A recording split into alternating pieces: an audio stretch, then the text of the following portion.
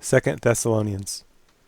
Paul and Silvanus and Timotheus unto the church of the Thessalonians in God our Father and the Lord Jesus Christ.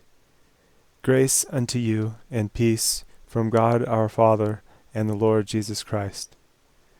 We are bound to thank God always for you, brethren, as it is meet, because that your faith grows exceedingly, and the charity of every one of you all toward each other abounds, so that we ourselves glory in you, in the churches of God, for your patience and faith in all your persecutions and tribulations that you endure, which is a manifest token of the righteous judgment of God, that ye may be counted worthy of the kingdom of God, for which you also suffer.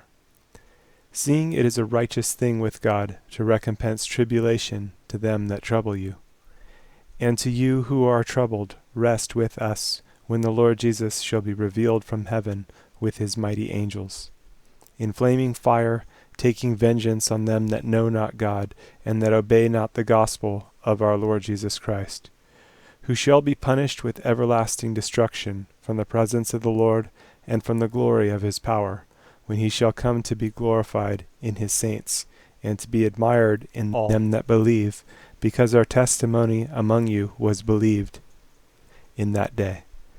Wherefore also we pray always for you, that our God would count you worthy of this calling, and fulfill all the good pleasure of his goodness, and the work of faith with power, that the name of our Lord Jesus Christ may be glorified in you, and you in him, according to the grace of our God and the Lord Jesus Christ.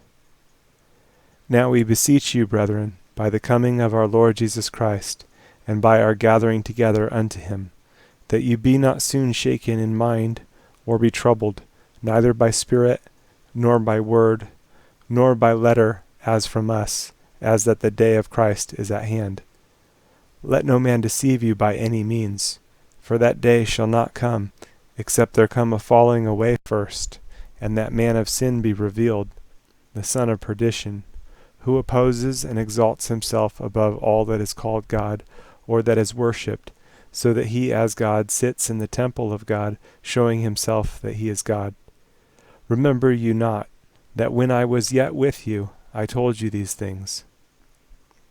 And now you know what withholds, that he might be revealed in his time. For the mystery of iniquity does already work, only he who now lets will let, until he be taken out of the way.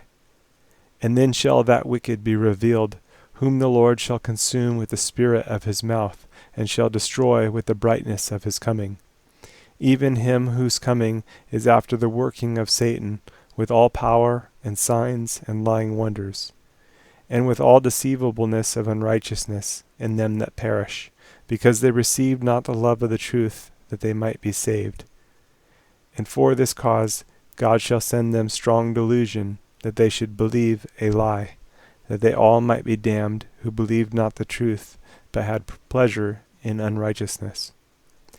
But we are bound to give thanks always to God for you, brethren beloved of the Lord, because God has from the beginning chosen you to salvation through sanctification of the Spirit and belief of the truth, whereunto he called you by our gospel to the obtaining of the glory of our Lord Jesus Christ.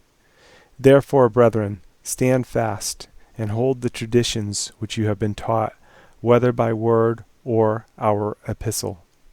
Now our Lord Jesus Christ himself, and God, even our Father, which has loved us, and has given us everlasting consolation and good hope through grace, comfort your hearts, and establish you in every good word and work. Finally, brethren, pray for us, that the word of the Lord may have free course, and be glorified, even as it is with you, and that we may be delivered from unreasonable and wicked men, for all men have not faith. But the Lord is faithful, who shall establish you, and keep you from evil. And we have confidence in the Lord touching you, that you both do and will do the things which we command you. And the Lord direct your hearts into the love of God, and into the patient waiting for Christ. Now we command you, brethren, in the name of our Lord Jesus Christ, that you withdraw yourselves from every brother that walks disorderly, and not after the tradition which he received of us.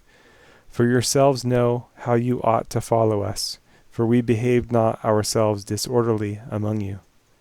Neither did we eat any man's bread for naught, but wrought with labor and travail night and day, that we might not be chargeable to any of you.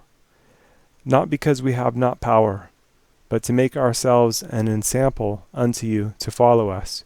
For even when we were with you, this we commanded you, that if any would not work, neither should he eat. For we hear that there are some which walk among you disorderly, working not at all, but are busybodies. Now them that are such we command and exhort by our Lord Jesus Christ, that with quietness they work and eat their own bread. But you, brethren, be not weary in well-doing. And if any man obey not our word by this epistle, note that man, and have no company with him, that he may be ashamed. Yet count him not as an enemy, but admonish him as a brother. Now the Lord of peace himself give you peace always by all means. The Lord be with you all. The salutation of Paul with mine own hand, which is the token in every epistle, so I write. The grace of our Lord Jesus Christ be with you all. Amen.